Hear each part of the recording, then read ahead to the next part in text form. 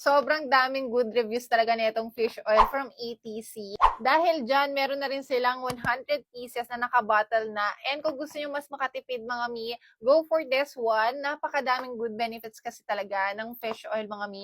Fish oil is good for heart, for joints, for cholesterol and brain function. Nakakatulong din siya sa mga may fatty liver. Ito ay nireseta ng doktor ng nanay ko after niya ma-diagnose na meron siyang fatty liver. Kasi this one, itong fish oil is nakakatulong siya ma-reduce yung mga fat sa liver natin.